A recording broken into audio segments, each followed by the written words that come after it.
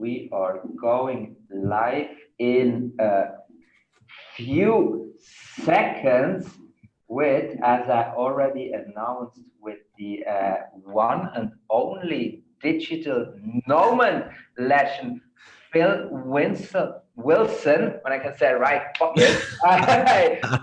Welcome to the show. Welcome to the show. Thank you very much for being here. It's a pleasure. I don't want to be the guy who's talking tonight, so I give that straight to you. Please introduce yourself. All right, man. Thanks for having me on the show, Ollie. What's up, everybody? It's awesome to all have you here. Like Ollie said, my name is Phil Wilson. I'm from New Zealand. I started pretty much my digital nomad journey about 5 years ago. So just a quick background story of myself. I'm from a small little town in New Zealand called Gisborne. It's like it's one of those little towns where you're stuck in your own little bubble, right? Like it's about 30,000, I think it was when I was there. And what happens is like everyone just stays within that bubble. It's one of the most secluded towns around. So we never really ventured out too much. So we just stayed in our normal world.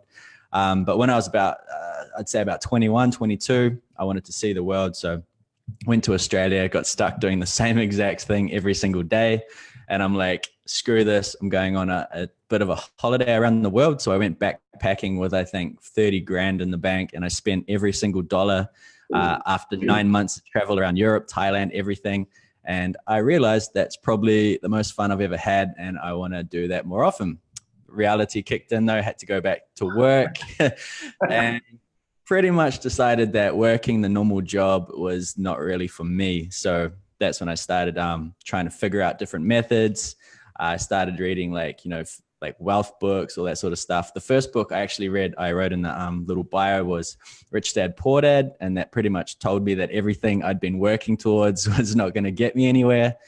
Right. I'm sure everyone's already had like that sort of realization. But after that, I read the Tim Ferriss 4-Hour Workweek, as I'm sure probably 99% of people in this group has read. And then probably yes. And then I realized like that dude is doing exactly what I'm doing. I'm not exactly winning any dancing trophies in Thailand or whatever it was, but I'm definitely trying to live the best version of my life. Yeah, about 5 years ago, sold all my stuff, literally had a backpack, packed the bags, and I've done, I think, about 35, 40 countries now. Currently in Bali, not too far from you, bro, which is pretty cool. You're not? Almost neighbors, right? Almost neighbors, almost neighbors. Cool. And yeah, it's just been an incredible journey, right? So things that I remember saying when I was young, like imagine what it'd be like to do that, or imagine like going to this place, or imagine what this is like, imagine what they're doing there. All these sort of things, that it was always like a what if mentality that, people used to have and used to be surrounding me with, until that one day, you finally decide like, screw it, I'm dropping everything. This is the only thing I'm going to focus on. And then it really just happens. Like, I'm sure a lot of people that are watching either this live or in the replay will be like, I've had that moment, I think everyone's the moment where you crack, right? Where you're just like, I'm ready to lose everything to gain everything. Right.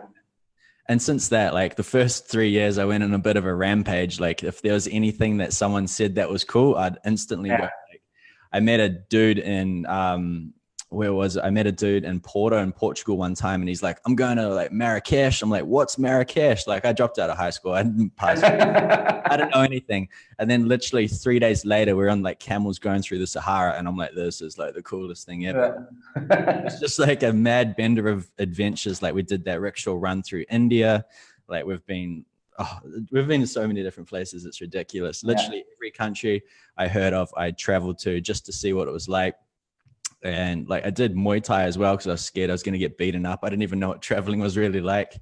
But yeah, I mean, it's just been such a good experience. And it's one of these things that, people that before us, the millennial sort of phase weren't able to do. The internet's really, changed the world. And now you can pretty much do what you want to do, as long as you do the grind, do what's necessary, and then just go explore, man. It's a pretty cool journey. Amazing, man. I'm fucking in love with your story, as you know, for sure. And just for the audience, guys, if you're watching this, if you have questions to Phil, even now, or if you're watching the replay, because I know a lot of you guys are watching the replay because we're still a little bit early for Europe time. Just put all your questions in. I'm pretty sure Phil is going to have to answer all of them.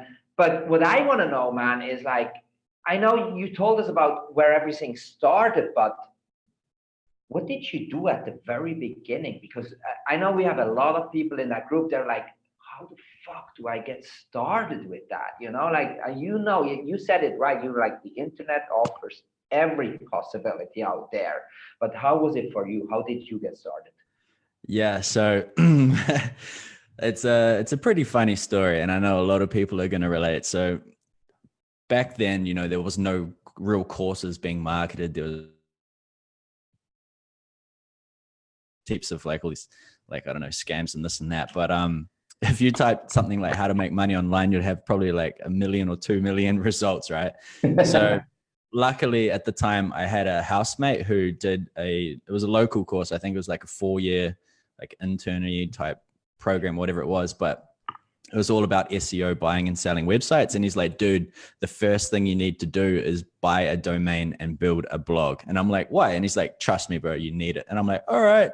So I went and bought a blog and I started working on that. Of course, it didn't do like anything at all, like absolutely zero, but it was just sitting there and it was my online piece of real estate. I was pretty stoked.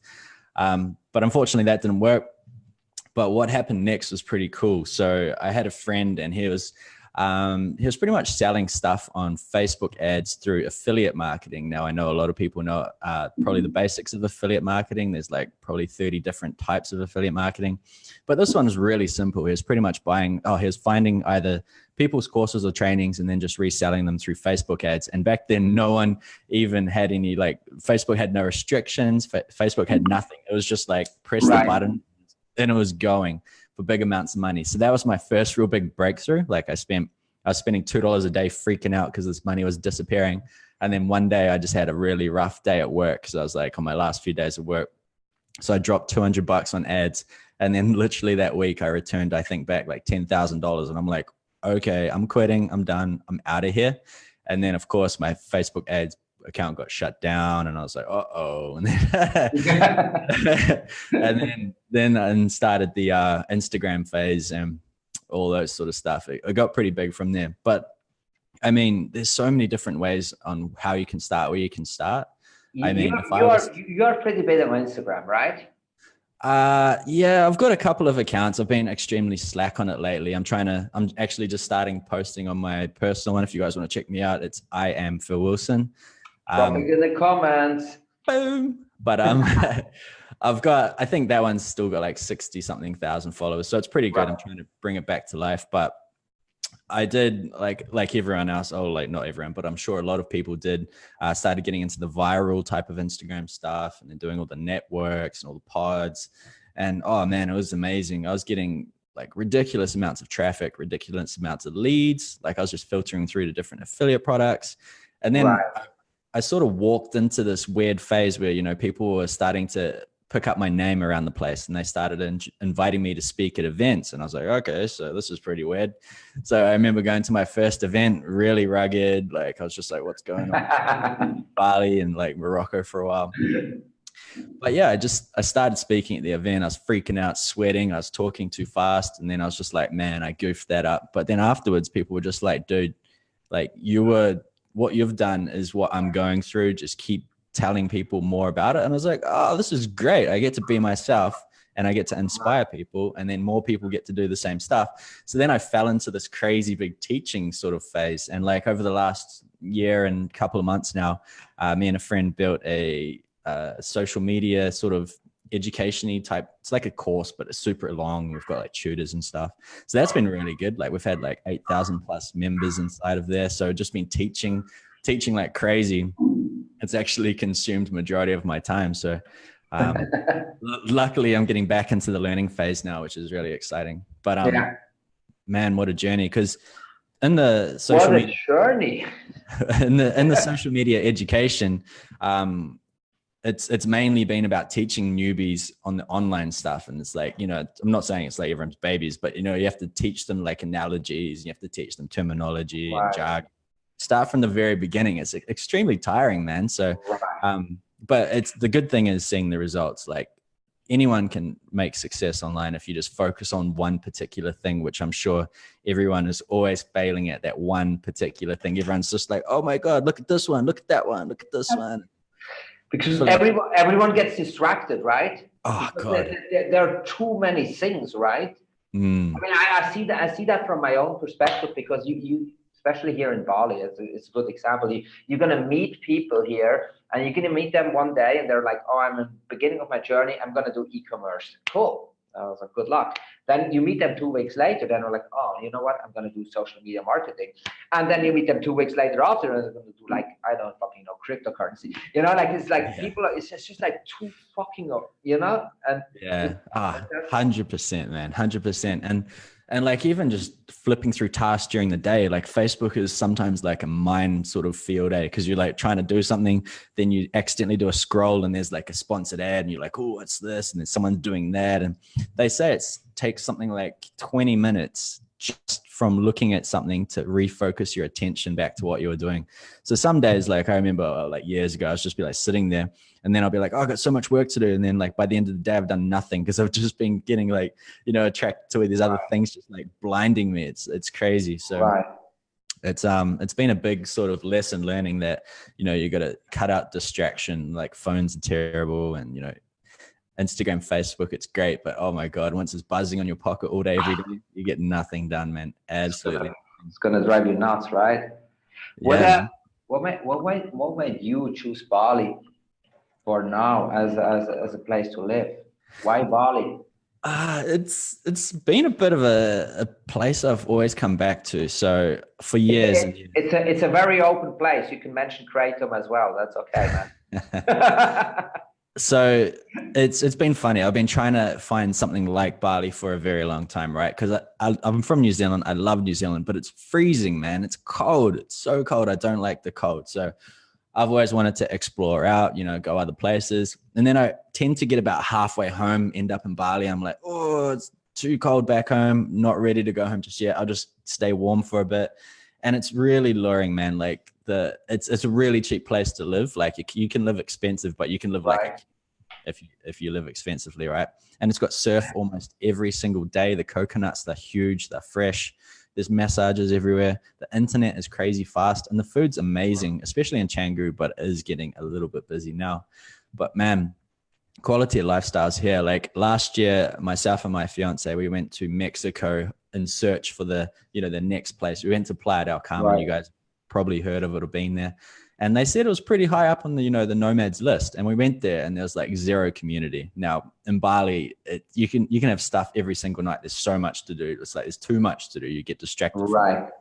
But when we went to Playa, it was completely different, and it was pretty freaky. I mean, one night, the fiance was out, and she was at a bar, and some dude was running down the street with a gun shooting. So which was a bit of an X in my book. I don't know about you guys, but that's pretty trippy. So the co-working spaces were cool. But what we've noticed mainly as well, a lot of people in Bali are sort of like solopreneurs, or, they're running agencies from abroad, stuff like that. But in every other country, companies are sort of working corporate inside the co-working spaces, which is traditionally what co-working spaces are for.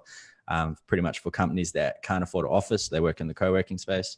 But around here, it's just people working on a laptop, man. It's like, it's chill. You can go have like some food, go do some yoga, go have a surf, go have some kratom, whatever you're into, And then, yeah, it's amazing, man.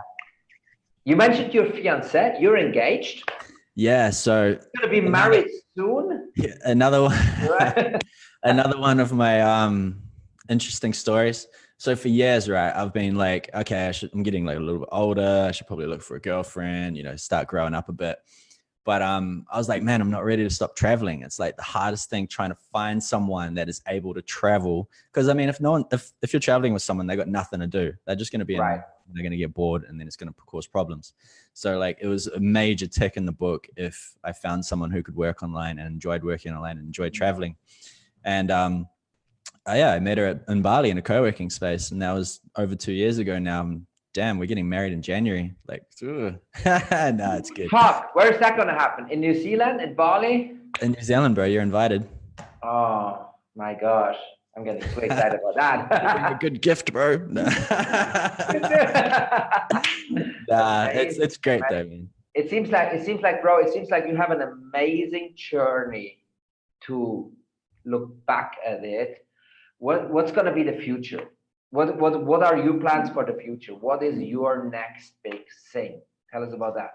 Oh, man, it's such a bizarre feeling, right? So it seems like every time you talk to people, like especially, so if you guys don't even know how I know Ollie, I was at a co-living It was, yeah. co-living in Portugal, and I was having a wine with my neighbor. There's only three apartments in the top floor, and then up comes the elevator, and all these bags just start flying out the door. I'm like, you guys need a hand, and he's like, no, we're right, bro. Like, and just I'm like, hey, you're that guy, and he's like, yeah. I'm like, what's up? And then we had wines.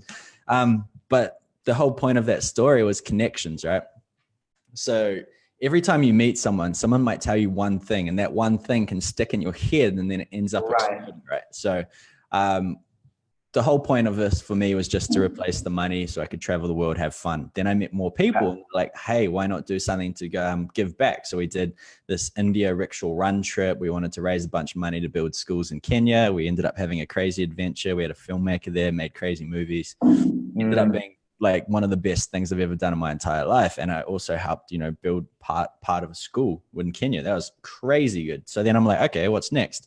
Then my friend's like, hey man, you got to like try this crazy stuff called ayahuasca. And I'm like, wow, okay. So we went to Peru and I saw we in Colombia in this little mountain village. It was crazy. Had that, and I saw like the spirits and the colors and everything. That was amazing. And then it just keeps escalating. And now people are talking about, like gentlemen's clubs, like meeting every quarter around the world, different places, learning new stuff, meeting different people, doing these experiences. And the future's just growing, man. I want to learn about investing. I want to build some more companies. I want to build up my personal influence again. I really want to get into YouTube. So for me right now, YouTube's going to be the biggest platform. It's great. And I also want to get my pilot's license. I think that'll be awesome. I mean, imagine rocking up to a country and you're just like, oh, should we hire a car? No. Are you going to fly me then from A to B? I'm probably not going to know. I'll probably be in the back or hire someone else to do it.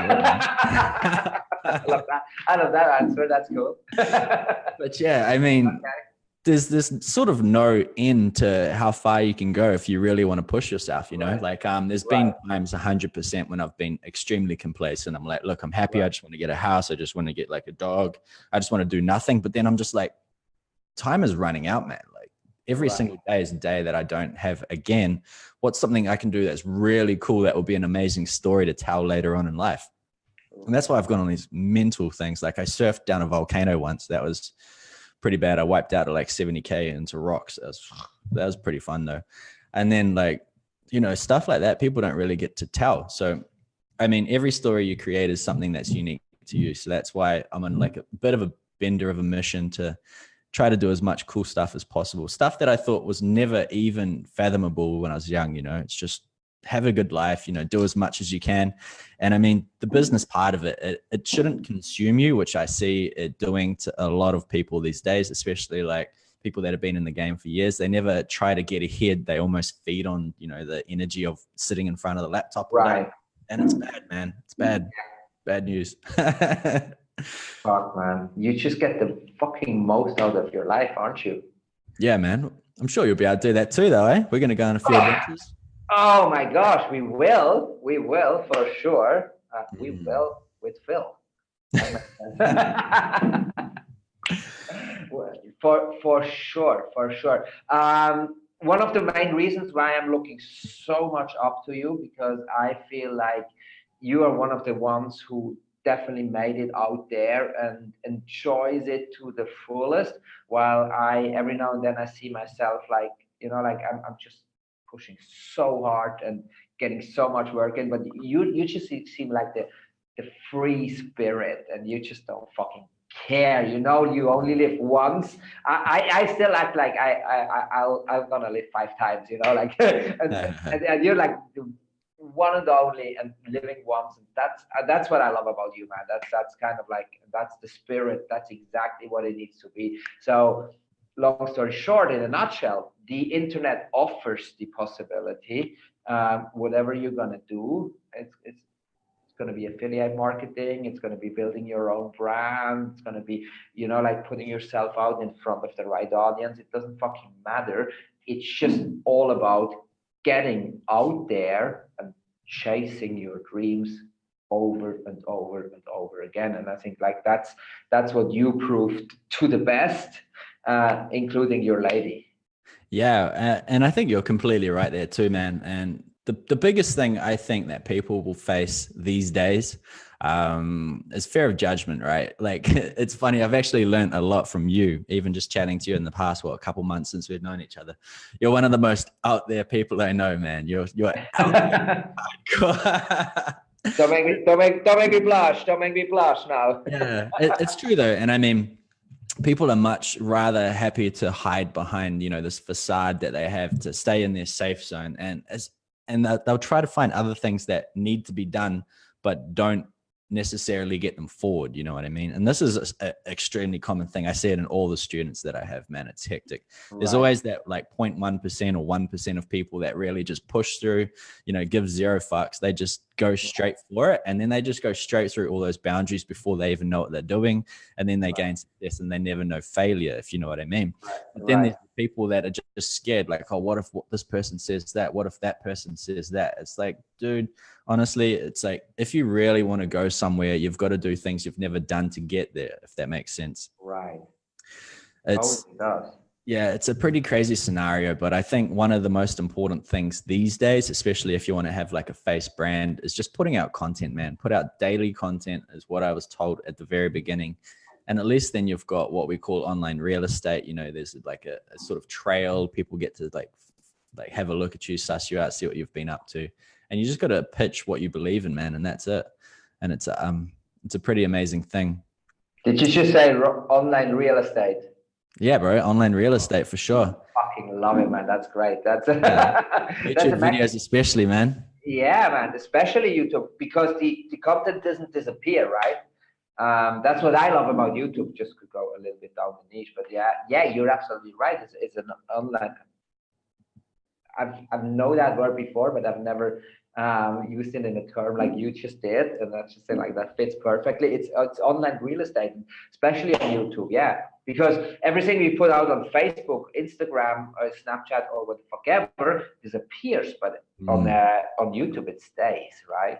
Yeah, man. Real estate, and it becomes more and more worth. So, fuck, man. It's a pretty crazy world out there, bro. Yeah. But, yeah, I mean, what do you think? It's pretty late over here, so I don't think many people would be on. But what do you think some people want to hear? Like, I know.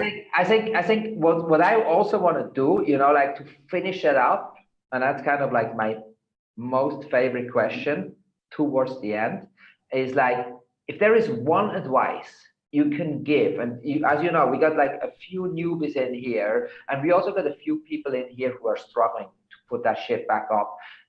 What is the one and only advice you, as someone who made it, you would give out to everyone who is listening or is watching the reviews? Just one advice, no context, nothing. Just like raw and shit. Oh my gosh! Just don't fuck my interview up right now. Oh man, I just probably, man, what can I say that's not too cheesy? I'd probably just say, just go for it. You've got literally nothing to lose and everything to gain. Everything. That is cheesy. It is cheesy, man, but it's true. That is cheesy. I mean, online business, dude, is cheap compared to like physical business, right? You could be talking things like shooting YouTube videos. You could be talking making a website. You could be talking making funnels for people, making courses, whatever it is. But it's pennies compared to what people used to have to do. And I mean, the only thing we can't actually buy is time. So, I mean, why waste it? You just got to go full noise, don't let anything hold you back and just smash it. That's the one. That's what I wanted to hear. The only thing you can't buy is fucking time. That's right? It, bro. Oh man, can we round it up and say like that was the amazing statement of the day?